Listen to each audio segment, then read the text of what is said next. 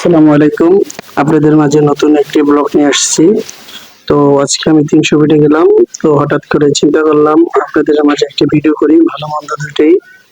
তো আমরা যখন ৩০০ ফিটে মোটরসাইকেলে রাইড করি, যখন পাশে যে রাস্তাটা থাকে সেই রাস্তাটা দিয়ে আমরা যখন চালাই, তখন আমাদের মাঝে একটা হয় যে বিপরীত সাইডে গাড়িটা আসলে কোন সাইড দিয়ে আসবে।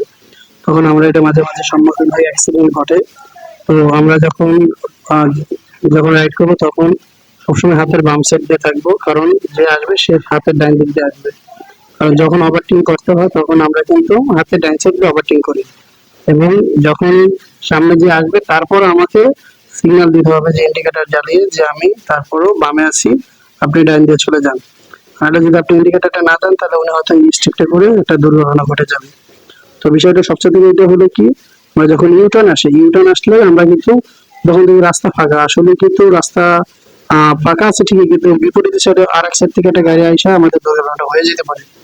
তো বিষয়টা হলো এটা, আমরা যখনই মোটরসাইকেল রাইড করবো তখনই অবশ্যই আমরা সামনে ফোকাস করবো, বেশি একদিকে তাকাবো না, তাকালে কিন্তু হঠাৎ করে একটা দুর্ঘটনা ঘটে যাবে। কারণ একটা দুর্ঘটনা আপনি সারা জীবনে খান না। আর বিষয়টা হলো, আমরা যখনই রাইড করবো তখন মাথাটা ঠান্ডা রেখে চালাবো। আমার চ্যানেলটাকে সাবস্ক্রাইব করে দেবেন, আর যারা ফেসবুক পেজ থেকে দেখছেন তারা ফলো করে দেবেন। আসসালামু আলাইকুম।